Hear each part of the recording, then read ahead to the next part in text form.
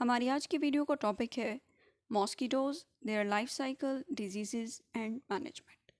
Disease में हम उन डिजीज़ को मेंशन करेंगे जो कि मॉस्किटोज़ की डिफरेंट स्पीशीज़ ह्यूमंस में ट्रांसमिट करती हैं, और मैनेजमेंट में हम देखेंगे कि मॉस्किटोज़ को हम किस तरीके से मैनेज कर सकते हैं ताकि हम इन डिजीज़ की ट्रांसमिशन जो है इसको रोक सकें।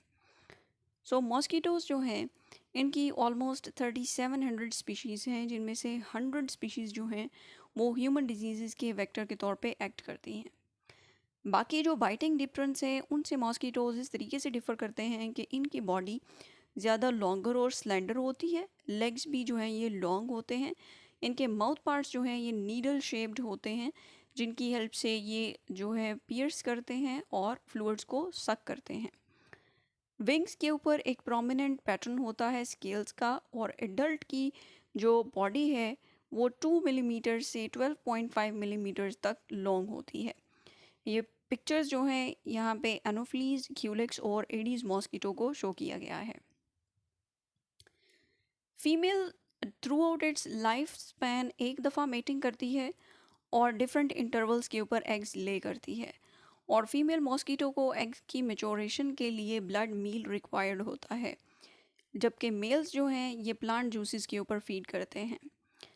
एक टाइम में फ़ीमेल जो है ये 30 to 300 एग्स ले करती है, और एग्स जो हैं ये सिंगली या ग्रुप की फॉर्म में भी ले किए जा सकते हैं, और डायरेक्टली जो है वाटर की सरफेस के ऊपर भी ले करती हैं स्पीशीज़, जिनमें हमारे पास एनोफ्लीज की स्पीशीज़ जो हैं ये एग्स को सिंगली ले करती हैं, एक एक एग जो है इसको ले करती हैं, जबकि क्यूरिक्स की जो स्पीशीज़ हैं इनके जो एग्स होते हैं these are stuck together, means के वो ग्रुप की फॉर्म में एग्स को ले करती हैं, जिनको हम राफ्ट्स बोलते हैं।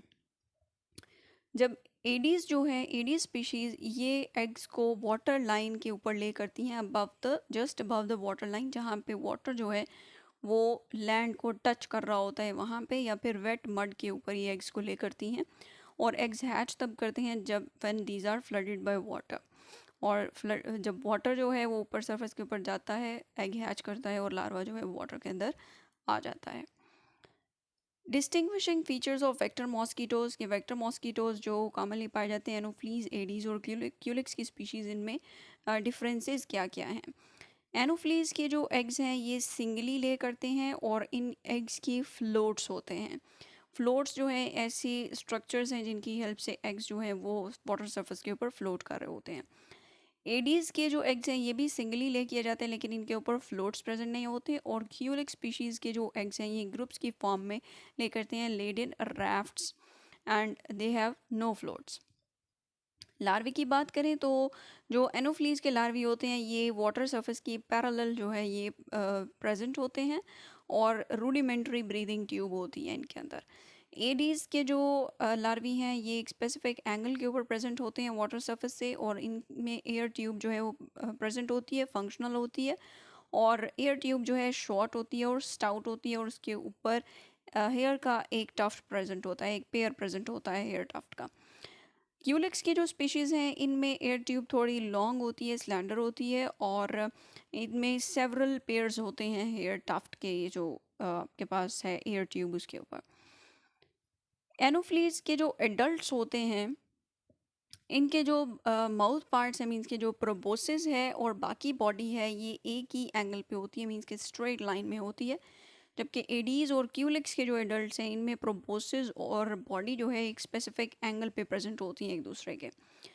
जो एनोफ्लीज स्पीशीज़ हैं इनमें जो मैक्सिलरी पैल्प्स होते हैं ये इनकी लेंथ ऑलमोस्ट सिमिलर होती है, जैसे कि प्रोबोसिस की होती है। प्रोबोसिस और मैक्सिलरी पैल्प्स की लेंथ सिमिलर होती है, जबकि एडीज़ और क्यूलिक्स की जो स्पीशीज़ हैं इनमें मैक्सिलरी पैल्प्स जो हैं ये प्रोबोसिस से शॉर्टर होते हैं।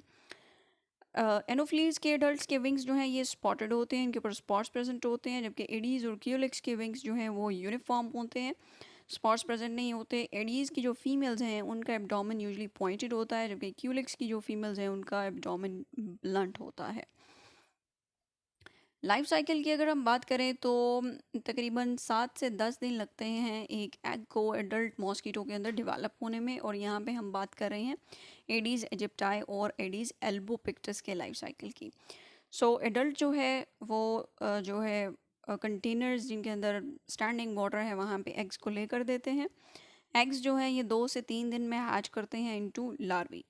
लार्वी जो है वाटर के अंदर रहता है और प्यूपा बन जाता है, उससे 4 से 7 दिन के बाद प्यूपा बनता है। और प्यूपा से 1 से 3 दिन के बाद जो है वो एडल्ट इमर्ज करता है और जो है फ्लाई कर जाता है। मॉस्किटो बॉर्न डिजीज़ के बारे में बात करें तो जो हमारे पास एनोफ्लीज जीनस की स्पीशीज़ हैं ये मलेरिया और लिम्फेटिक फाइलेरिएसिस को ट्रांसमिट करती हैं। क्यूलिक्स की स्पीशीज़ लिम्फेटिक फाइलेरिएसिस, जापानीज एंसेफेलाइटिस और कुछ वायरल डिजीज़ जो हैं उनको ट्रांसमिट करती हैं।